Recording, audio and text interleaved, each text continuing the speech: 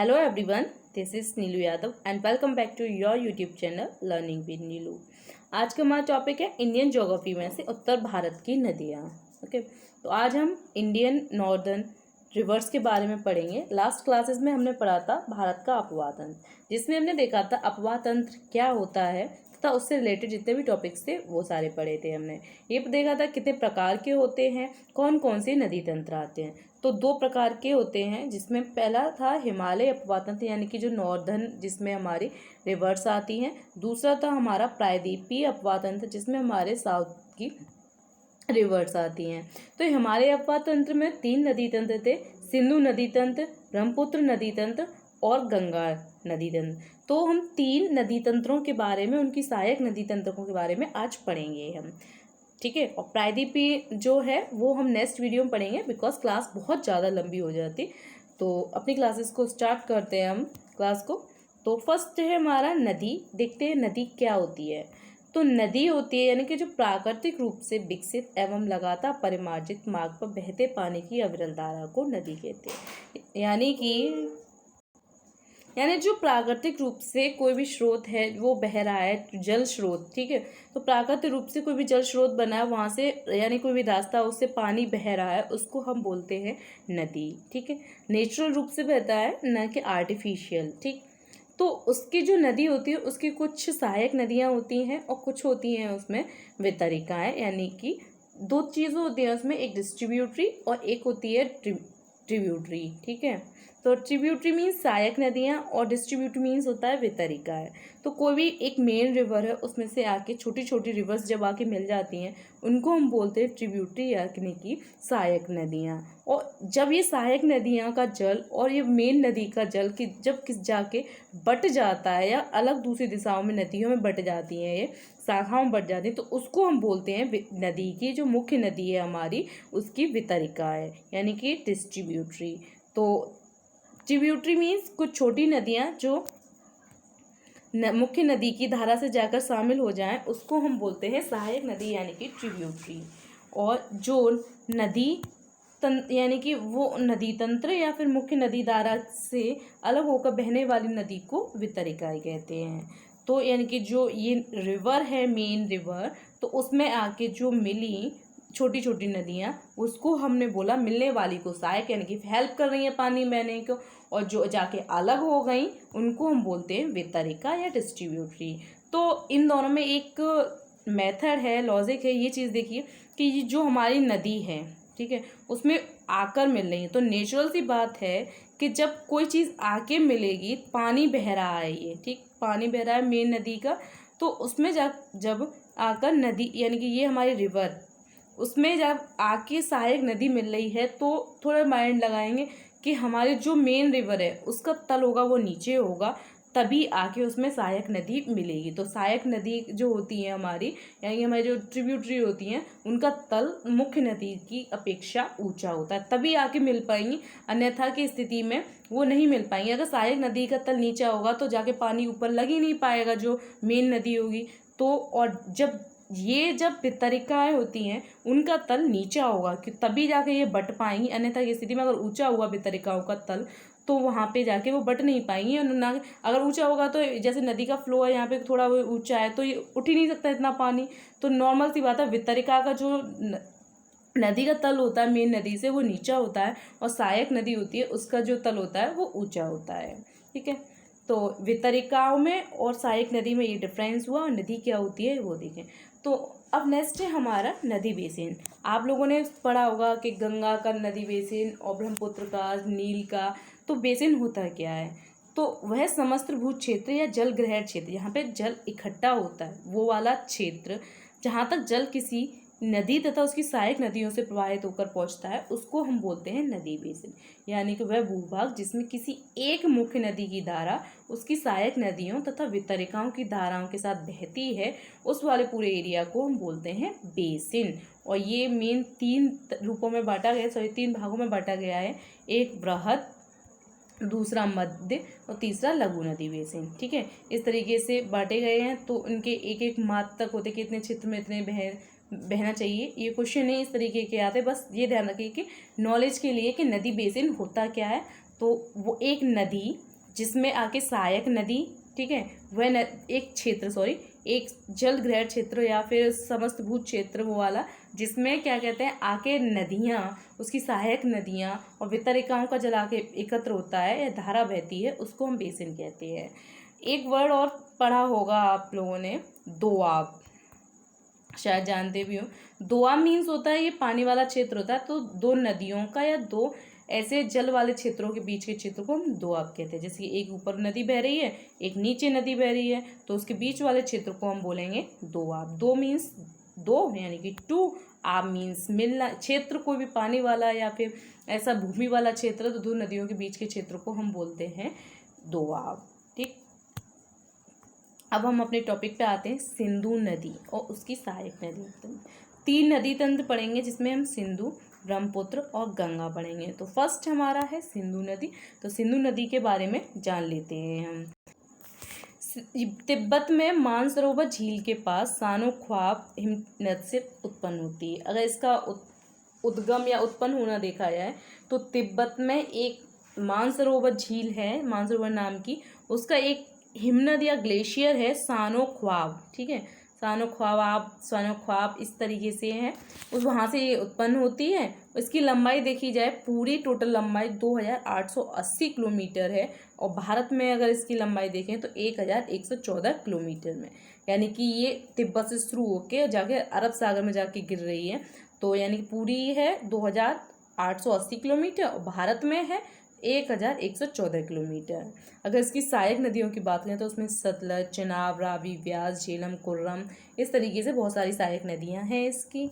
अगर ये सिंधु नदी तंत्र है, यानी जो हमारा सिंधु नदी का जो रिवर सिस्टम है वो भारत का सबसे बड़े नदी तंत्रों में से एक है, माना जाता है कि सबसे बड़ा नदी तंत्र है। अगर इसके एरिया की बात करें, यानी कि जो हमारा सिंधु नदी का क्षेत्र है उसका कुल, यानी कि जो एरिया घेरती है सिंधु नदी, तो वो घेरती है 11,65,000 वर्ग किलोमीटर स्क्वायर। ठीक है, अगर भारत में इसका प्रवेश करने की जगह देखी जाए तो एक दम चौक है, दम चौक नाम की एक जगह है भारत में, वहाँ पे ये प्रवेश करती है। और ये लद्दाख क्षेत्र में, लद्दाख और जास्कर श्रेणी, अगर श्रेणियों की बात करें तो लद्दाख और जास्कर श्रेणी के बीच से बहती हुई उत्तर पश्चिम की ओर, यानी कि उत्तर पश्चिम, ये नॉर्थ और ये साउथ, ठीक है, और ये ईस्ट वेस्ट, यानी कि इधर से ये बहती हुई इधर, यानी उत्तर पश्चिम की ओर बहती हुई पाकिस्तान में जाती है। वहाँ पे ऊपर से ये यहाँ पे श्योक, नुब्रा और यहाँ पे कुर्रम, गोमल और गिलगिट, इस प्रकार की जो इसकी सहायक नदियाँ हैं वो जाके इसमें मिल जाती हैं। सिंधु नदी भारत और पाकिस्तान, चीन, 3 क्षेत्रों में बहती है, क्योंकि अब तिब्बत है वो चीन ने ही ले लिया है। तो देखा जाए तो भारत, पाकिस्तान, चीन 3 देशों के क्षेत्र में बह रही है। और सिंधु नदी को पाकिस्तान की राष्ट्रीय नदी भी बोला जाता है। उद्गम हुआ है इसका सानो ख्वाब से, यानी कि तिब्बत में जो मानसरोवर है, मानसरोवर झील, उसके सानो ख्वाब हिमनद से हुआ है। अगर इसकी एंडिंग देखी जाए तो ये जाके अरब सागर में गिर जाती है। ठीक, और इसका हिमालय से निकलने वाली सिंधु नदी बहती है और जाके वो पाकिस्तान में चली जाती है। 1960 में एक पैक्ट हुआ था, सिंधु जल समझौता, तो भारत और पाकिस्तान के बीच में हुआ। 1960 में कराची में जो पैक्ट हुआ था उसमें सिंधु, झेलम और चिनाब 5 नदियाँ थी, उसमें से सिंधु, झेलम और चिनाब, ठीक है, उसका केवल 20% ही पानी भारत को प्राप्त होता है, बाकी पानी पूरा पाकिस्तान को मिलता है। तो इस रिलेटेड ये वाले पॉइंट्स थे। अगर इनकी बात करें कि कौन सी नदियाँ किधर से मिल रही हैं, तो सिंधु की जो दाईं ओर से मिलने, यानी सिंधु इस तरीके से बहती है, तो सिंधु, जैसे कि हम ऐसे निकल के जाएंगे तो ये हमारा राइट हो जाएगा, ये हमारा लेफ्ट हो जाएगा। तो राइट यानी कि दाईं ओर से मिलने वाली नदियों में श्योक, काबुल, गोमल, कुर्रम, गिलगिट आदि प्रमुख नदियाँ हैं। और बाईं ओर से मिलने वाली पंजाब की 5 नदियाँ, जिसमें सतलुज, झेलम, चिनाब, रावी और ब्यास हैं। ये तो पढ़ा ही होगा, सतलुज, झेलम, चिनाब, रावी, ब्यास। और ये भी हैं श्योक और सॉरी, नुब्रा तो शायद पढ़ी होंगी आपने, भारत में है, उसमें जम्मू कश्मीर लद्दाख में पड़ती हैं। लेकिन काबुल, गोमल, कुर्रम ये जाके पड़ती हैं अफगानिस्तान और पाकिस्तान वाले एरिया में। तो ये दाईं ओर से हैं और ये बाईं ओर से। काफ़ी बच्चों को ये कन्फ्यूज़न होता है कि दाईं और बाईं कैसे लगाया जाए। एक तो उत्तर और दक्षिण तो समझ में आ जाता है कि हाँ उत्तर दक्षिण ऊपर से मिल रही है, नीचे दक्षिण में नीचे से मिल रही है। तो लेकिन जब दाईं और बाईं लगाएं तो ये देखिए जाता है कि जैसे कोई नदी है उसका स्रोत किधर से हो रहा है। जैसे वो ऐसे बह रही है तो उधर ही जैसे बह रही है, जैसे ये नदी इस तरीके से बह रही है तो इस साइड में मुंह करके खड़े हो जाओ। तो जो हमारा राइट होगा वो नदी का राइट होगा, जो हमारा लेफ्ट होगा वो नदी का लेफ्ट होगा। तो इस तरीके से पता लगाया जाता है कि नदी का दायां किधर है और नदी का बायां किधर है। ओके, नेक्स्ट है, अब देखिए इसमें, इसको थोड़ा जूम करो, एक सेकेंड।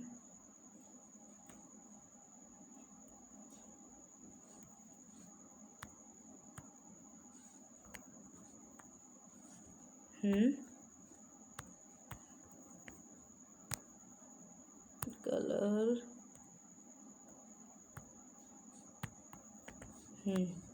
ये सिंधु नदी आ रही है, एक सेकेंड, ये सिंधु नदी है, ये इस तरीके से।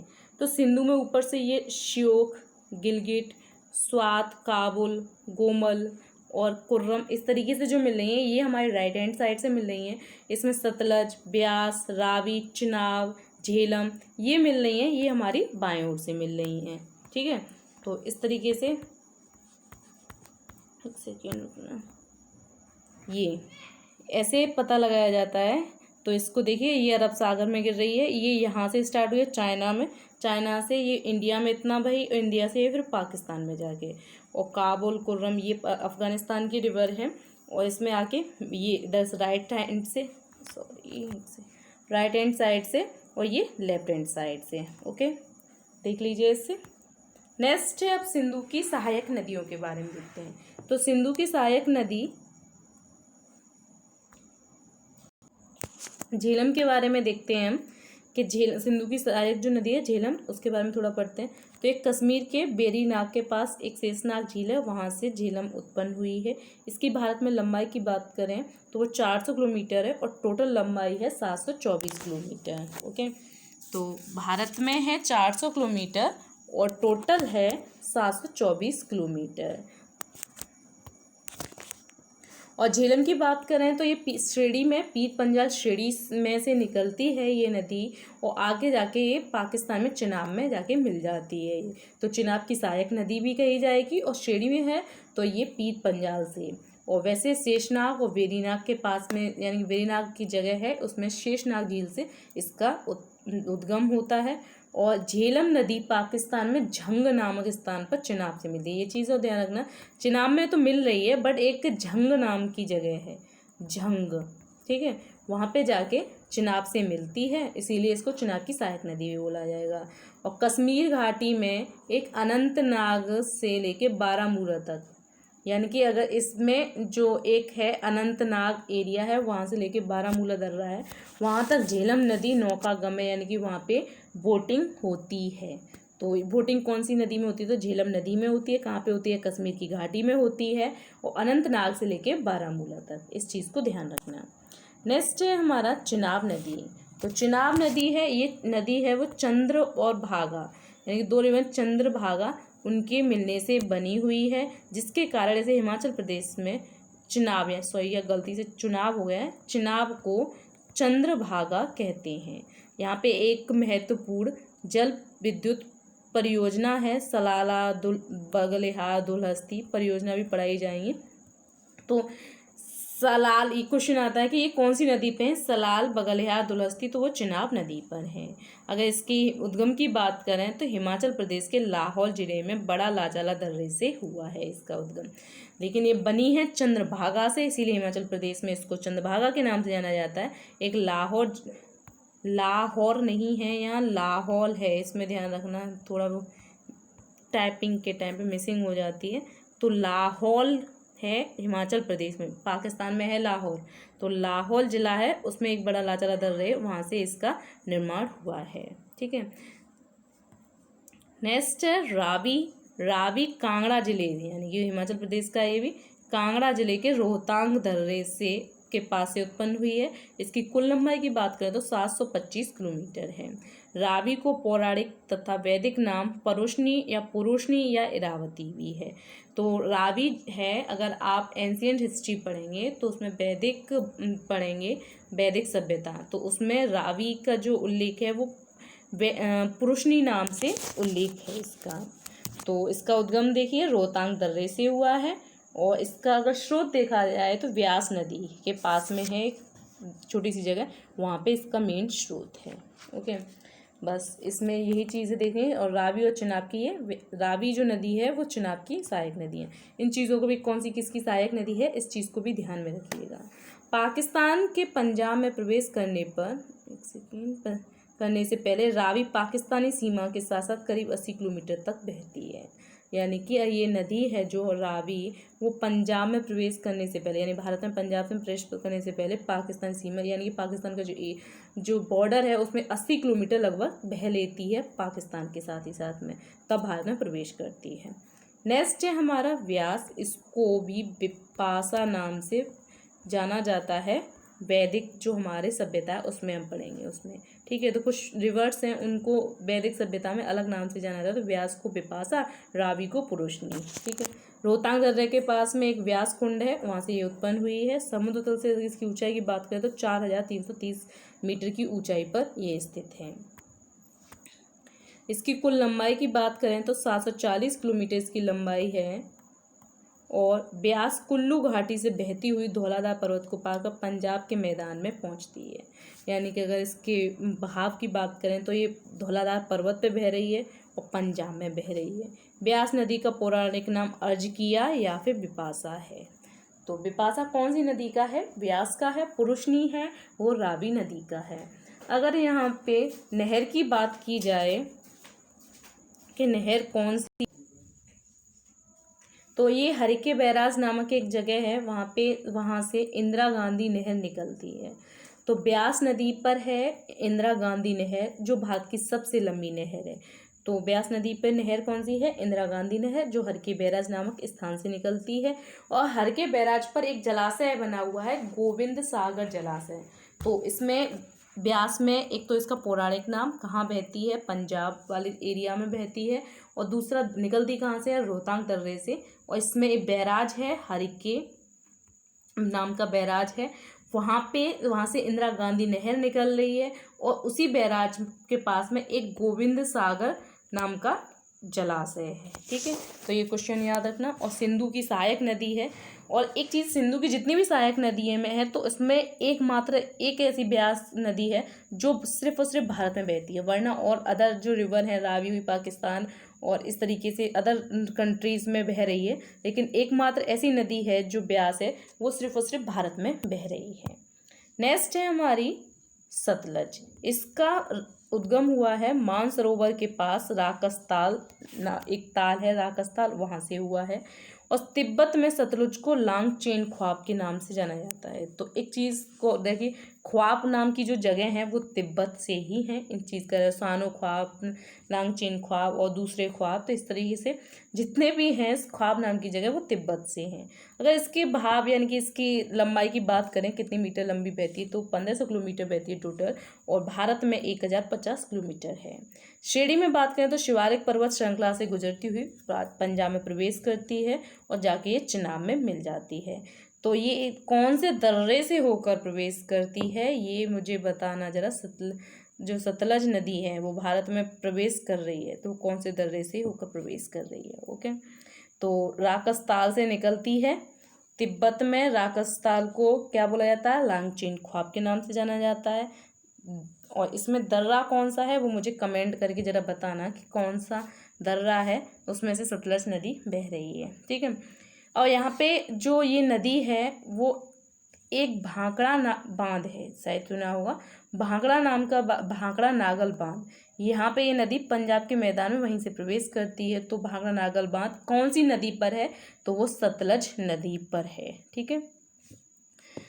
ये इसमें याद करने वाले टॉपिक। अब नेक्स्ट देखते हैं गंगा एवं उसकी सहायक नदियाँ। एक चीज़ और, कमेंट में तो मुझे ये बताना कि सतलज नदी कौन से दर्रे से होकर प्रवेश कर रही है, लेकिन एक सतलज नदी को पूर्ववती नदी भी बोला जाता है। पूर्ववती नदी क्यों बोला जाता है ये भी बताना। ओके, अब देखते हैं गंगा एवं उसकी सहायक नदियों के बारे में। तो गंगा का उद्गम हुआ है गंगोत्री के पास, हिमानी नाम की एक जगह है, वहाँ से गंगा नदी का उद्गम हुआ है। अगर इसका बहाव देखा जाए भारत में कौन कौन से क्षेत्र में बहती है ये, तो ये उत्तराखंड, उत्तर प्रदेश, बिहार, झारखंड, हिमाचल प्रदेश, हरियाणा, राजस्थान, मध्य प्रदेश, दिल्ली आदि राज्यों में ये बहती है। अगर इसका उद्गम है वो गंगोत्री के पास गोमुख हिमानी से है। समुद्र तल से करीब इसकी 3900 मीटर की ऊंचाई पर ये स्थित है। गंगा में की अगर भारत में लंबाई की बात करें तो ये 25 यानी कि 2525 किलोमीटर लंबी है। और अगर असल में देखा जाए तो ये अलकनंदा भागीरथी का सम्मिलित रूप है, यानी कि अलकनंदा और भागीरथी दोनों के मिलने से ये गंगा का निर्माण हुआ है। अलकनंदा भागीरथी, ठीक है। और यहाँ पे एक हिमानी भी है, और जो अलकनंदा है उसका उद्गम स्थल है संतोपंथ हिमानी। इस चीज़ को ध्यान रखना, अलकनंदा का जो यानी कि जहाँ से उद्गम हुआ या उत्पन्न हुई है वो संतोपंथ हिमानी से, और गोमुख हिमानी से गंगा का हुआ है, ठीक है। और भागीरथी से जाके मिलती है तब ये गंगा नाम कहलाता है इसका, ठीक है। ये अलग अलग हैं इन चीज़। सतोपंथ हिमानी याद रखना इसको। सतोपंथ गंगा से रिलेटेड है लेकिन अलकनंदा से।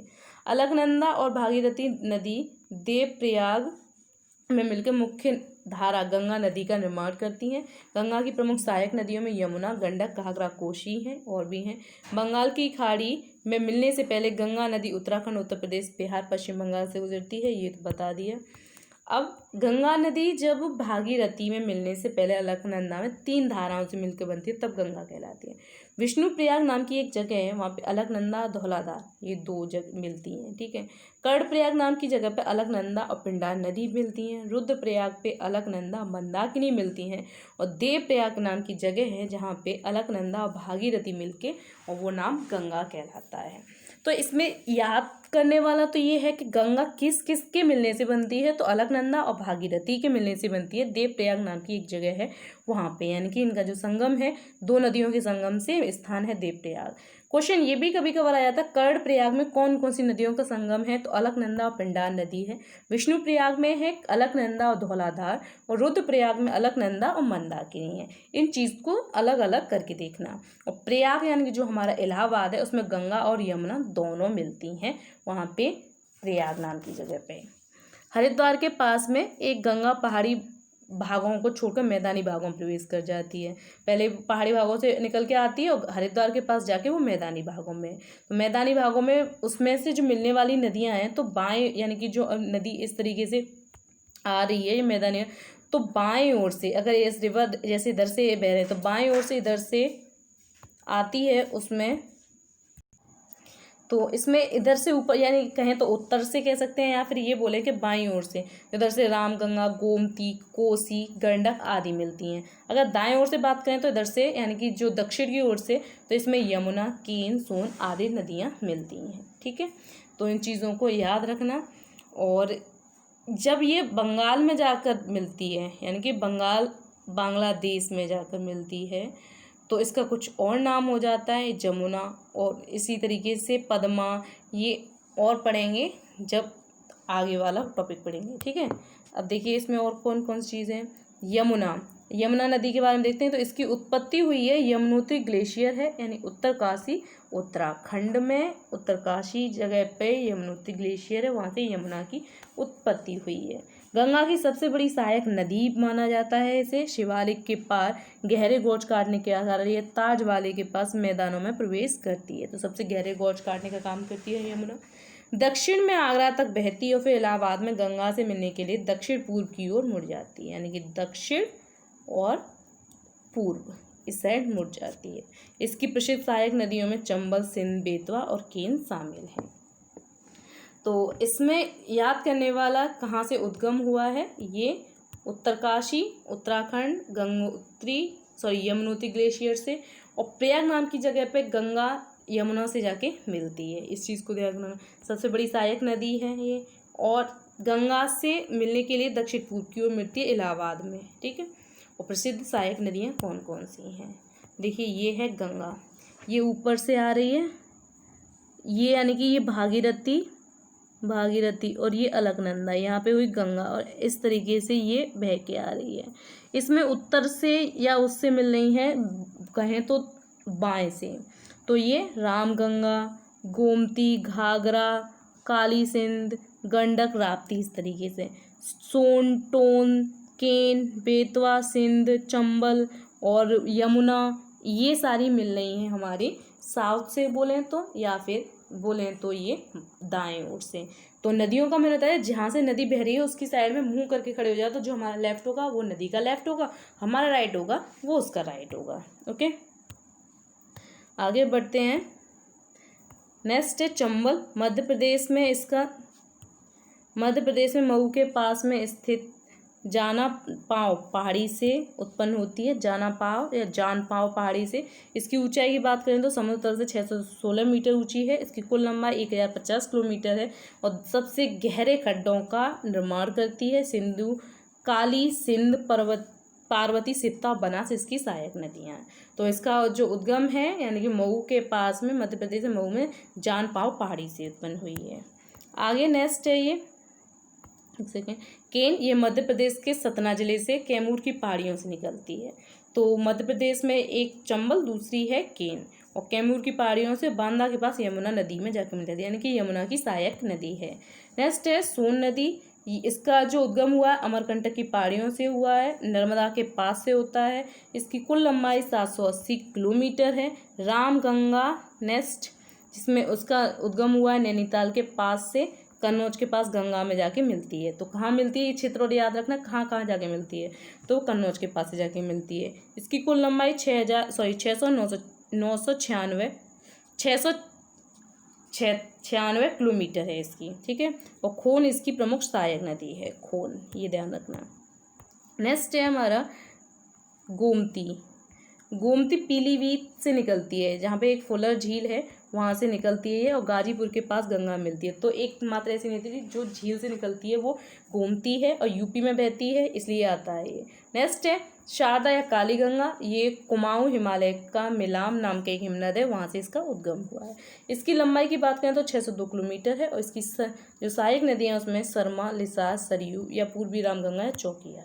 ओके, नेक्स्ट है हमारा करनाल नदी। भारत में लंबाई की बात करें इसकी कुल लंबाई है 425 किलोमीटर। नेपाल में शालीमार और मैदानी भागों में नारायणी नाम से जानी जाती है। तो शालीमार के नाम से जब नेपाल में करनाल नदी और मैदानी भागों में नारायणी नाम से। इसकी सहायक नदी काली गंडक और त्रिशूली गंगा है। इस नदी में मिलने वाली गोल गोल पत्थरों को शालिग्राम कहा जाता है, यानी कि इसी में जो शालिग्राम नाम के पत्थर होते हैं वो कहाँ से मिलते हैं, तो वो करनाल नदी से। जो हम लोग पूछते हैं ना शालिग्राम, तो वो कहाँ से, करनाल नदी से।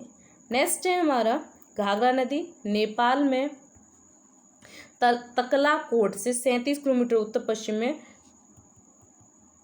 मप्सा तुंग हिमानी, यहाँ से इसका उद्गम हुआ घाघरा का। इसकी कुल लंबाई 1080 किलोमीटर है। शिवालिक को पार करते समय शीश पानी नाम का 106 मीटर गहरे गड्ढे का निर्माण करती है। तो शीश पानी नाम का जो गहरा गड्ढा है वो किससे बना है, घाघरा नदी से बना है। चौकिया और छोटी गंगा इसकी सहायक नदियाँ हैं। ओके, नेक्स्ट है हमारी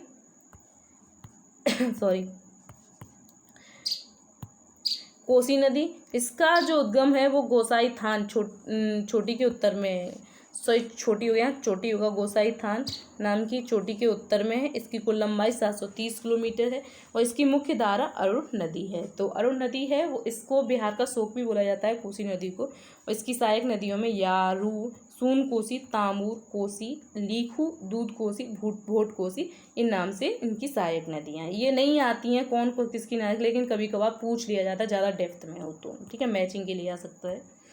नेक्स्ट है हमारा ब्रह्मपुत्र एवं उसकी सहायक नदियाँ। तो ब्रह्मपुत्र के बारे में पढ़ते हैं। तो इसका जो उद्गम है तिब्बत में मानसरोवर झील से 80 किलोमीटर दूरी पे स्थित एक हिमानी है, वहाँ से इसका हुआ है। इसकी ऊंचाई समुद्र तल से 5150 मीटर है। कुल लंबाई 2900 किलोमीटर है और भारत में 916 किलोमीटर है। वीडियो को ज़्यादा लंबी हो जाएगी, इसलिए जल्दी जल्दी कर कुछ टॉपिक्स मैंने पिछली वीडियो में बता दिए हैं जब मैंने नदी तंत्र पढ़ाए थे, तो उनमें देख लेना, उनमें 20 वीडियो को लास्ट में देख लेना प्लीज़, और इसके बारे में थोड़ा नॉलेज में देख लीजिए, बस थोड़ा थोड़ा नॉलेज। इस तिब्बत में सांगपो या सांपू के नाम से जाना जाता है। असम में देहांग भी कहा जाता है, यानी कि जब तिब्बत में इसका उद्गम होता है वहाँ पे इसे सांगपो के नाम से, और जब बिहार में असम में प्रवेश करती है उससे देहांग के नाम से बोलते हैं। इसकी सहायक नदियों में डुबोंग यानी कि दिबांग, लोहित, सुबनश्री, नोवा, दिहांग, धनुश्री, तीस्ता, जिंजरम आदि नदियां हैं। सुबनश्री के बारे में देखते हैं, मिरी और अबोर पहाड़ियों को ये अलग करती है। पहाड़ियाँ मैंने पढ़ाई हैं, उसमें है ये कौन सी नदी मिरी और अबोर पहाड़ियों को अलग करती है, तो वो सुबनश्री है। नेक्स्ट है तीस्ता रिवर। तीस्ता रिवर है वो ब्रह्मपुत्र की सबसे पश्चिमी दाहिनी ओर से मिलने वाली नदी है। तो पश्चिमी दाहिनी ओर से मिलने वाली तीस्ता नदी किसमें, ब्रह्मपुत्र की।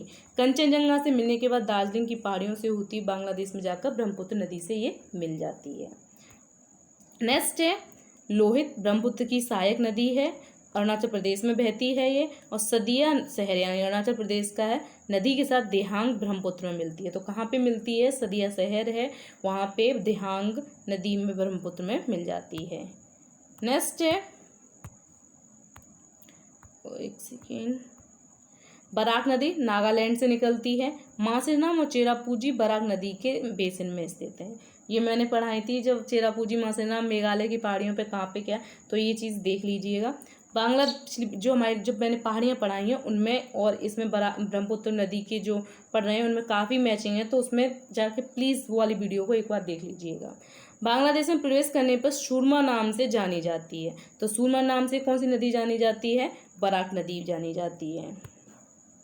ये रही ब्रह्मपुत्र, ये इधर से ये आ रही है सांगपू नाम से, एक सेकेंड रुकना, सांगपू नाम से ये आ रही, तो इसमें लोहित, दिबांग और सुबनश्री ये नदियां मिल रही हैं, ये इधर से आ रही है। और सुबनश्री है यहाँ पे मिरी और अबोर की पहाड़ियाँ इन दोनों को अलग कर रही है। इसमें से और भी धनुश्री और ये और भी नदियां हैं वो जाके इसमें दाईं और बाईं से मिल रही हैं। तो एक बार इसको खोल के खुद मैप को उठा लेना और खोल के जूम करके इसको देख लेना, आपके पास जो भी एटलस हो वो, ठीक है। तो आज के लिए बस इतना ही, क्योंकि टॉपिक बहुत ज़्यादा लंबा हो जाएगा। Okay, thank you.